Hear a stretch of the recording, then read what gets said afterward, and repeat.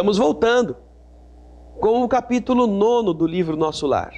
Problemas de alimentação, que você vai ver que não são só de alimentação, não. Os problemas são mais profundos, porque denotam apego dos homens do lado de lá aos seus hábitos, aos velhos vícios. Coisa que pode nos tocar também, hein? Você que está assistindo, se você não se preparar para mudar a sua rotina, do lado de lá, sofrerá bastante, porque vai carregar certos anseios, certos desejos, que não poderá realizá-los sem prejuízo para você mesmo. Então vamos acompanhar aqui, porque vimos no bloco anterior que algumas pessoas, inclusive importantes em nosso lar, também manifestaram publicamente o seu descontentamento. Falaram que seria perigoso, que nosso lar é uma cidade intermediária, não é uma cidade já no plano espiritual, livre dessas fragilidades humanas, que isso poderia prejudicar o perispírito dos que chegam da terra. Parará, parará, blá, blá, blá, blá, blá, blá, blá, blá, não é? Vamos então ver agora o que fez o governador. Pega o texto aí, acompanhe conosco, vamos lá. O governador, contudo, não desanimou. Prosseguiram as reuniões, providências e atividades durante 30 anos consecutivos. Por mais de 10 vezes, o Ministério do Auxílio esteve superlotado de enfermos, onde se confessavam vítimas do novo sistema de alimentação deficiente. Nesses períodos, os opositores da redução multiplicavam as acusações. O governador, porém, jamais castigou alguém. Convocou os adversários da medida ao palácio e expunha-lhes paternalmente os projetos e finalidades do regime. Destacava a superioridade dos métodos de espiritualização. Facilitava aos mais rebeldes inimigos do novo processo variadas excursões de estudo em planos mais elevados que o nosso, ganhando assim um maior número de adeptos.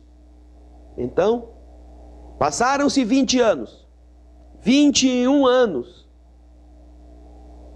depois de perseverantes demonstrações por parte da governadoria, por fim, o Ministério da Elevação aderiu ao novo regime de abastecimento. O mesmo não aconteceu com o Ministério do Esclarecimento, que demorou muito a assumir compromisso. Por quê?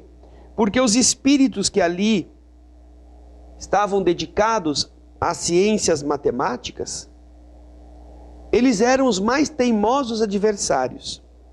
Mecanizados nos processos de proteínas e carboidratos, imprescindíveis aos corpos de carne, aos veículos físicos, não cediam terreno nas concepções correspondentes daqui do mundo espiritual. Achavam que precisavam ter, em termos de alimentação, também os mesmos mecanismos defendidos do lado de lá. Semanalmente, enviavam ao governador longas observações e advertências, repletas de análises e numerações, atingindo por vezes a imprudência. O velho governante, contudo, nunca agiu por si só. Requisitou assistência de nobres mentores que nos orientam através do Ministério da União Divina e jamais deixou o menor boletim de esclarecimento sem um minucioso exame. Enquanto argumentavam os cientistas e a governadoria contemporizava, tentava considerar as suas argumentações, formaram-se perigosos distúrbios no antigo Departamento de Regeneração, hoje transformado em Ministério. Encorajados pela rebeldia dos cooperadores do esclarecimento, os espíritos menos elevados que ali se recolhiam entregaram-se a condenáveis manifestações. Não se esqueça você, querido irmão, querida irmã, que nosso lar não é a casa dos anjos. Ali estão espíritos de vários níveis evolutivos. Estão vivendo suas experiências com os defeitos que carregam. E quando os mais atrasados, os mais inferiores, viram que os membros do Ministério do Esclarecimento estavam titubeantes, não queriam aceitar, eles se sentiram apoiados, sentiram força. E aí começaram a protestar. Inclusive, como diz André Luiz, estabeleceram um comércio clandestino com as regiões umbralinas, onde os fluidos densos produziam algumas coisas que eram agradáveis aos que tinham entrado em nosso lar, para esta troca, uma promiscuidade nas regiões que circunscreviam a cidade nosso lar. Vejam só o texto no livro. Tudo isso provocou enormes cisões nos órgãos coletivos de nosso lar, dando ensejo a perigoso assalto das multidões obscuras do umbral que tentaram invadir a cidade, aproveitando brechas nos serviços de regeneração, onde grande número de colaboradores entretinha certo intercâmbio clandestino em virtude dos vícios de alimentação. Dado o alarme, o governador não se perturbou. Terríveis ameaças pairavam sobre todos. Ele então solicitou uma audiência no Ministério da União Divina e, depois de ouvir o nosso mais alto conselho, tomou atitudes.